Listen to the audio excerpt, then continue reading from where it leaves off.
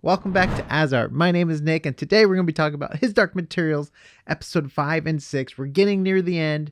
We're in the land of the dead. We're seeing a lot of other stuff go on. I'll be talking about the differences between the books and the show, but just so you know, we answered a lot of your comments in a comments video. Right here was our last His Dark Materials video we posted. It was so much fun going through all the comments.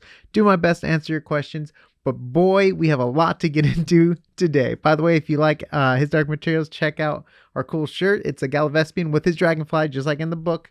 Go to asart.space for audio, video links, and for the shirts.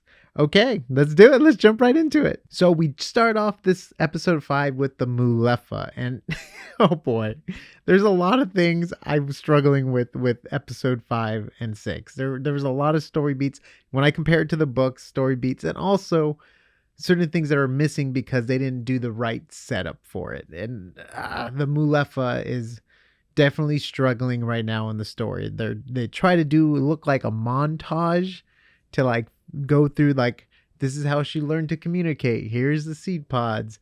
Here's the amber spyglass. And it's just, whoo, there's a lot to go over. So the amber spyglass, the title of the third book, yes, she does look through lenses and she puts the ointment on it. Yes, that's true. But she has to actually look through 2 different lenses and they have to be a certain distance apart, which is why they made a spyglass or like a telescope so she can look. And it's just seeing her just hold up one form to the thing. That was just like, if you could have the knife from the second book, why can't you have the the telescope? But it's all right. I mean, is it all right? Actually, I don't know. But you can see the dust, and the Mulefa is talking, and we see them roll on the ball, I think like once, which is kind of a bummer because they live on those things practically. And I don't remember them living in the trees. I think they lived more in an open plain, and they would go to the trees for the seed pods, but they had more of an open plain community where they lived along a river. But yeah, anyways, we're gonna probably do a Mulefa breakdown video, so subscribe to get all the updates, or we'll just cover it in depth in our deep dive. But yeah, that was some major problems I had with the story. Even like her climbing the tree, she's supposed to like knit rope. It's this whole cool story, but you know what? Read the books. It's so good in the books. The story with Mulefa and Mary Malone. Go read the books. There's so much good content. Speaking about Mary, though, Father Gomez finally goes on his quest. Oh my gosh, he's supposed to have been gone this whole time on this quest. So now he's going to find her in like a day or 2. Actually, I don't want to spoil it. Well, anyways, but he's supposed to find the serpent in like the day or 2 because he just left like a second ago. Gosh. Gosh, I just... Okay, and then we're in the land of the dead. So it's one of the things that struck me right away. The boatman said he won't deliver his message to the demon. In the book, to Pan, in the book, when she asked the boatman to deliver the message, he says yes. He's like a kind-hearted old man, and he's like, he feels like the pity that he can't do anything to stop what's going on, what's happening. But he's like, yes, if I see your demon, I will relay the message. And it's like this kind, old, gentle soul. And they didn't do that, which I thought was weird. And their version of Land of the Dead is so off from the books. First of all, they're supposed to enter like a gate to get into the land of the dead. It's like a physical gate they need to get through where they're like attacked by harpies before even getting in. It's like this whole thing where Will had to break in to the land of the dead. Basically, he had to cut the lock with his knife to get in. We did a whole Land of the Dead breakdown video, like in depth, but I'm going to go over some stuff here.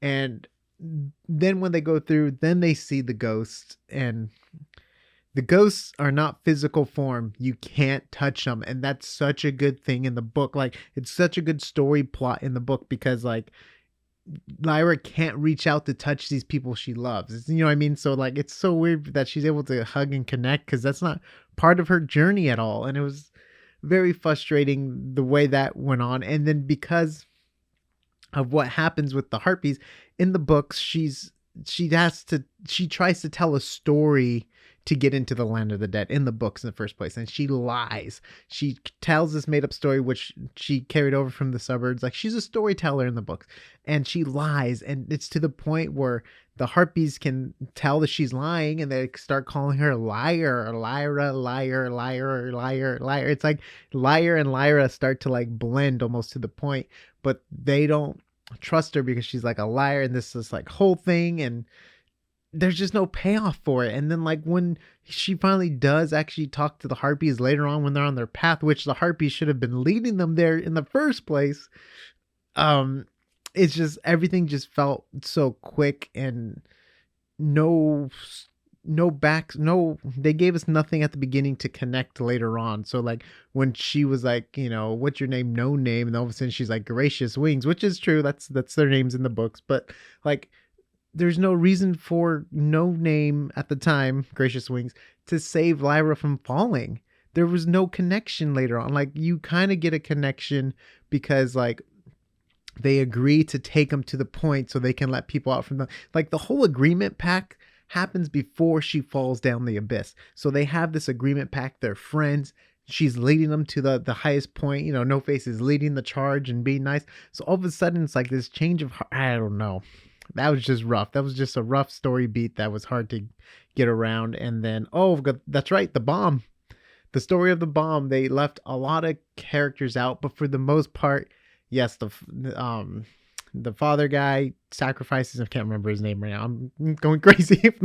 He sacrifices himself, but that's what happens. He sacrifices himself for the bomb, and it's not the authority intervening, to my knowledge. I remember like he sacrifices himself, and then the bomb goes off, which creates the abyss. It's not the authority that creates the abyss, and it's, from my memory, correct me if I'm wrong, but that's the way I remember it. I know there's a lot that goes on in that sequence. I remember Mrs. Coulter even fighting a witch that was on the church's side, the magisterium side. So it's like, it was very interesting how different it is, the way Lord Roach dies. And so yeah, that was a big difference. And the other big difference, oh my gosh, sorry guys, I'm just going off about all the big differences right now. This is just a big difference. Lee Scoresby is supposed to be with John Perry, Will's dad, and they're actually farther up the road because John Perry knows what Will and Lyra has to do. This is like before the bomb goes off, because he's like, oh, there's pieces of Lyra's hair you have to cut off so the bomb can be activated somewhere. So it's like this whole story plot that goes on.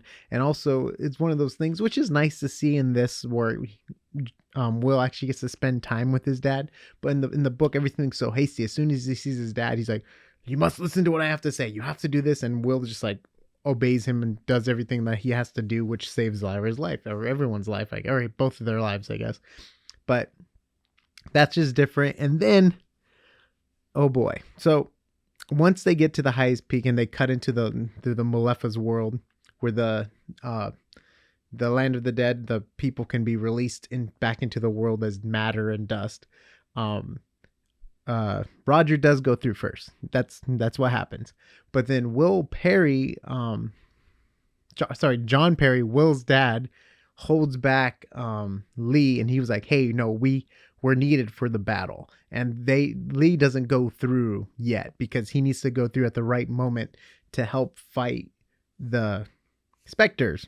Spoilers, specters in the book. So that was just rough to see Lee Scoresby go through, because there's a whole moment where Lee and Yorick Bernardson, like they come together and they fight against, the evil powers to help Lyra out and this whole thing. And we're not getting that payoff, which is a bummer. As it is, we didn't even get the payoff of Yorick seeing Lee's body preserved at the beginning of the book, and Yorick actually eats Lee's body, and it's like this whole thing, and we don't even get that. So there was just some things and all this I think hurts the story beats. I feel like if you're not a booklet reader, you could be really lost on what's happening here with everything. Comment down below if you are lost, because a lot of stuff's happening like that. And then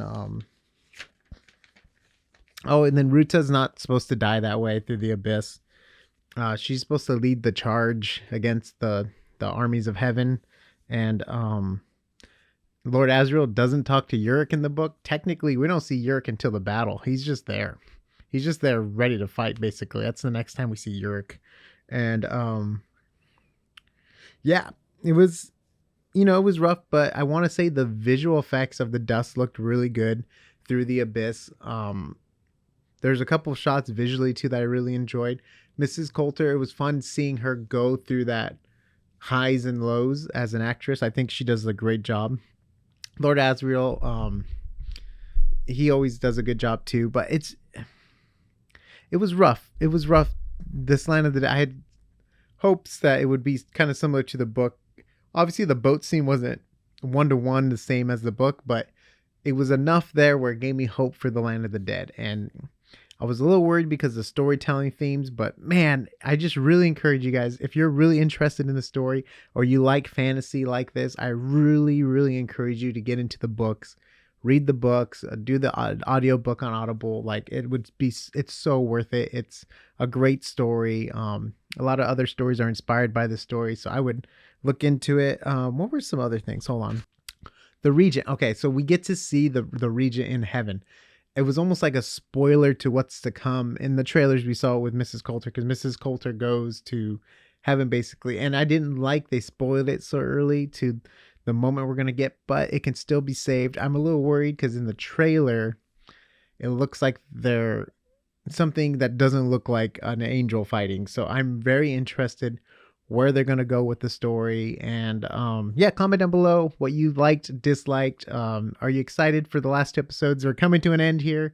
So if you are fans of the book, please comment down below. Let me know you're fans of the book. If you haven't read the book, also let me know too. I'm just very curious where you guys stand overall. And then thank you guys so much for commenting. We'll probably do another comment video this week. It'll probably be released this weekend, maybe Christmas Eve or on Christmas Day, one of those days before the final 2 episodes air, the day after Christmas. So yeah, comment down below, subscribe, and go to AsArt.space if you do want to get the Gallivespian shirt we designed. Yeah, Gallivespian.